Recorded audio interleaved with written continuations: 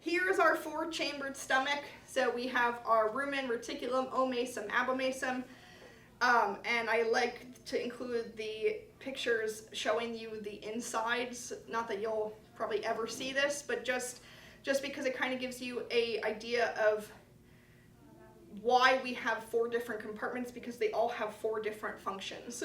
So the rumen is a fermentation vat. You'll see this, it almost looks like shag carpet lining. Those are called papillae. If you're familiar with the villi of your small intestine, they're these like finger-like projections that absorb nutrients going through your intestines.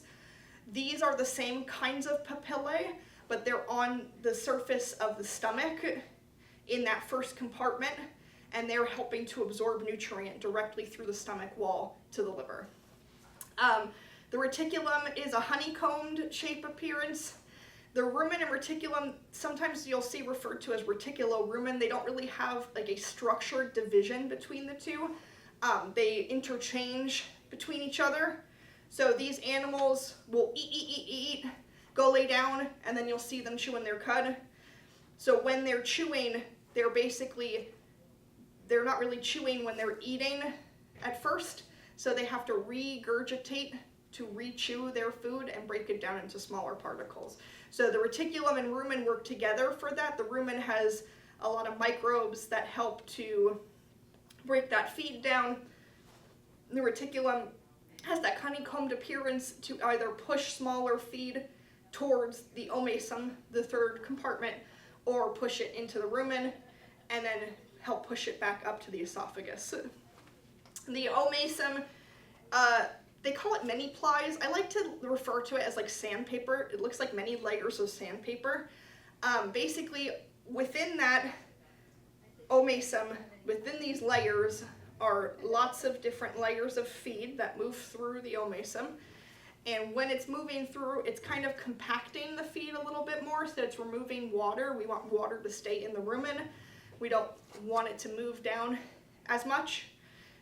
The microbes need that water to stay put. So the omasum is kind of helping to remove that water. Not all of it, most of it. And then it's also retaining some minerals that again need to stay in the rumen for the microbes to live. And then your abomasum, your 4th compartment, we call it the true stomach. It's just for gastric digestion. So from that point on, their digestive system is the same as us, the same as pigs.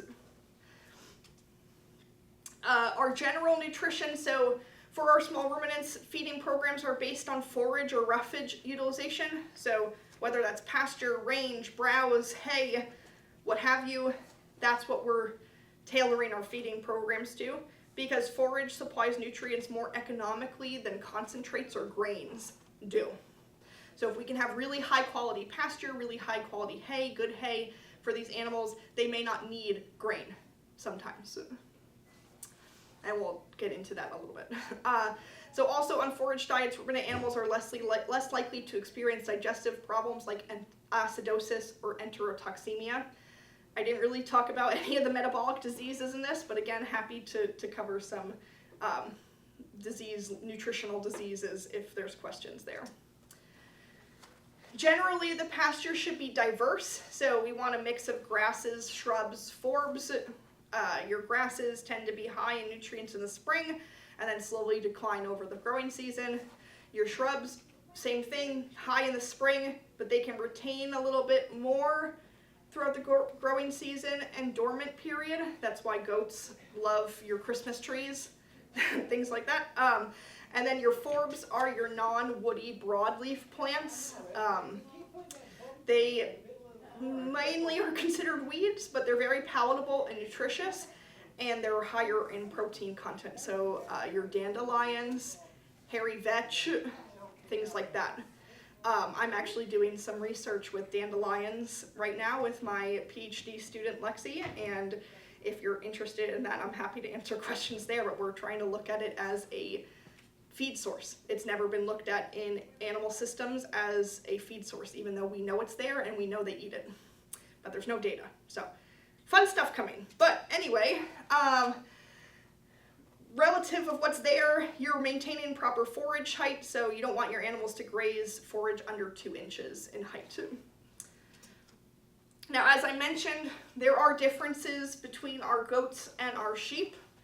So grazers, sheep are grazers and goats are browsers.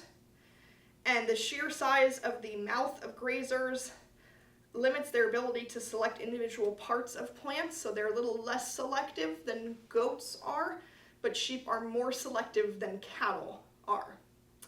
And then our browsers prefer to focus their foraging on leaves, flowers, and twigs of woody species.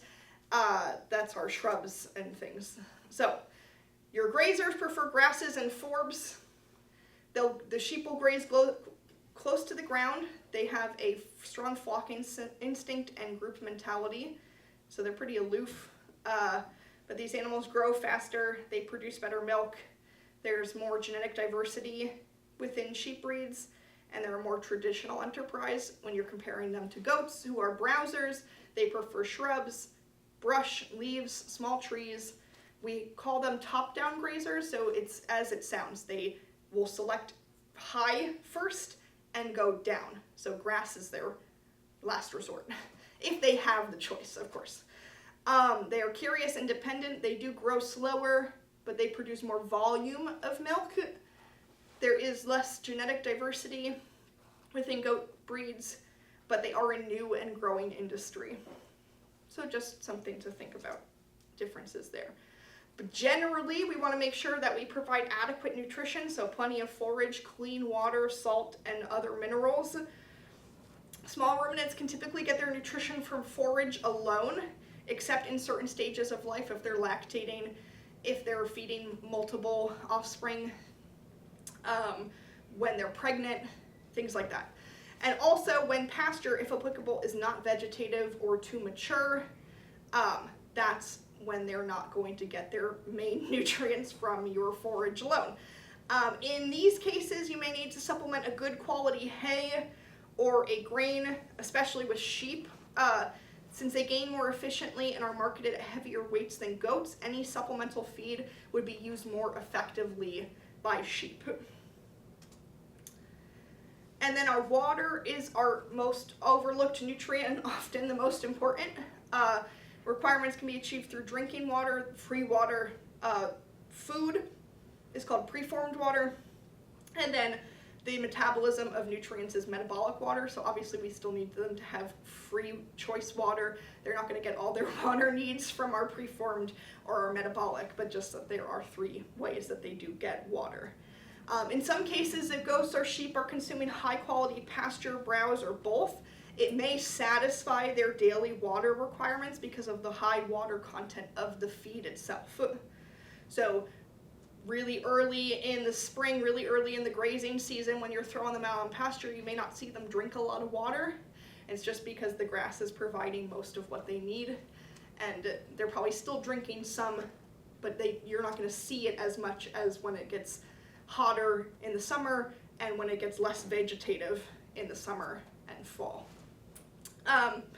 Mature sheep and goats require 1 gallon a day when not lactating and 1.5+ gallons a day when lactating, but regardless of the amount, it needs to be clean, fresh, and readily available.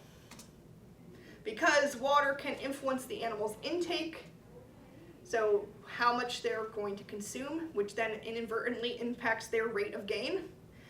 And it can increase when animals are grazing or browsing plants that are high in secondary toxic chemicals.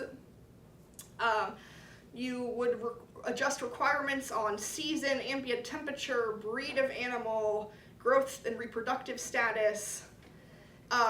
Obviously substantially increase when environmental temperatures are above 70 Fahrenheit and decrease when we're very cold outside. Again, that goes back to our heat and our cold stress and those thermal neutral zones.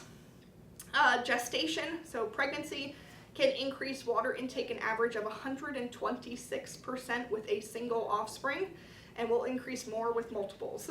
So pregnant animals really need water. Really good, clean, readily available water. And then milk production increases water intake 2 gallons for every pound of milk produced. So then our vitamins and minerals. So a loose free choice salt vitamin mineral premix should be available at all times. And there's some things, for the most part, you're not feeding a total mixed ration. In small systems, you're probably doing hay and grain. We would call that like component feeding, or pasture, and then maybe some grain and hay if needed. But if you're feeding a TMR, you wouldn't put a premix in because likely they have a lot of the minerals incorporated into the grain source that they're consuming. But because you're not feeding a lot of grain, you could throw a premix out. At the very least, ewes and does should have free choice mineral during lactation and late gestation. Many minerals required by small ruminants, the most important are salt, calcium, and phosphorus. They also require vitamins A, D, and E because the rumen makes vitamin K and all of the B vitamins. And one of the biggest things that I need to throw into this, and I made sure to put this in just because if you're thinking about both sheep and goats, and you're thinking about housing them together,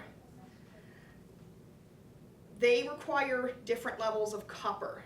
So, goat grain would have too high of a copper level for sheep, and they would be copper toxicity. A sheep grain would have too low copper requirements for our goats, and they might have a copper deficiency.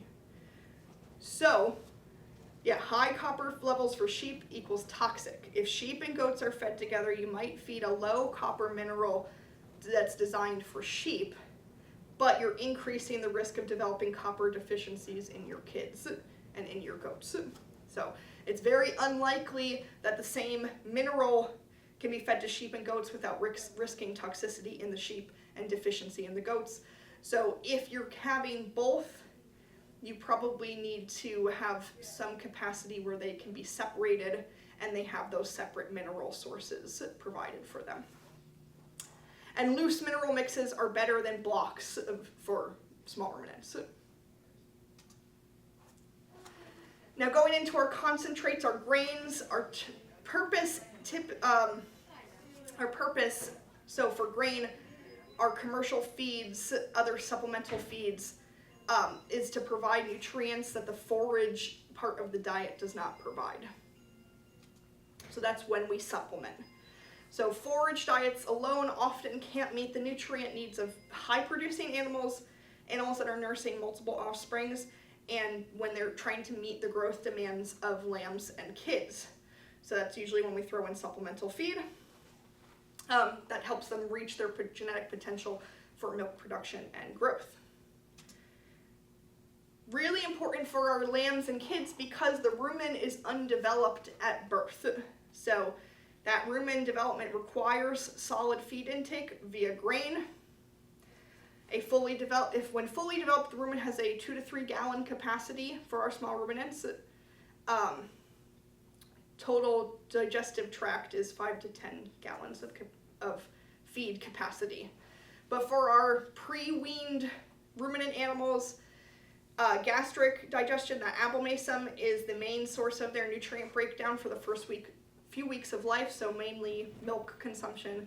They might start eating a little hay or grain, learning from watching mom, but they're born with a small non-functional rumen reticulum and omasum, and that solid grain helps develop that. So I won't go too much into this, but let me go back to it. This is just gonna show the difference of stomach mass from birth to adulthood, and you'll see that the abomasum kind of reigns key at birth, and then our reticular rumen space develops over time.